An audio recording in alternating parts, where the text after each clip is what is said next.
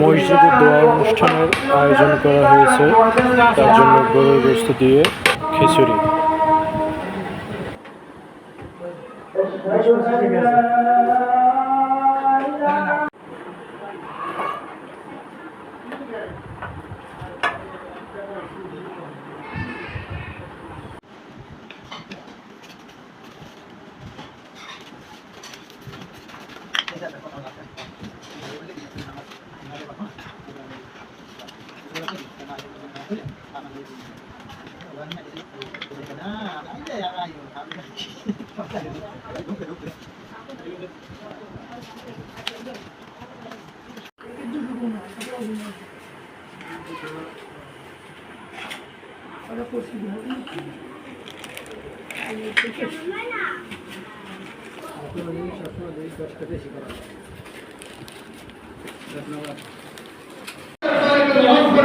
প্রত্যেকে